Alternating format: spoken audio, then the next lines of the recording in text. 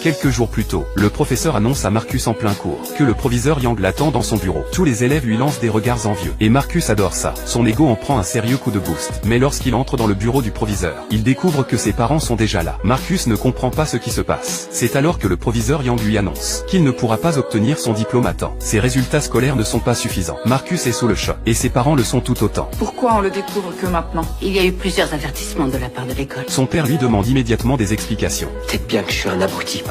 Le proviseur tente alors de les rassurer. Il leur explique qu'il peut encore rattraper son retard grâce au cours d'été. S'il améliore ses notes, il pourra obtenir sans problème. La mère de Marcus accepte immédiatement de l'inscrire. Mais dès le lendemain, Marcus arrive au lycée complètement ivre. Ginny et Max remarquent tout de suite que quelque chose ne va pas. Ginny lui demande s'il a bu. Marcus ne répond pas. À la place, il sort une bouteille d'alcool de sa poche. En voyant ça, Ginny la lui arrache immédiatement des mains. Tu peux pas être bourré en cours.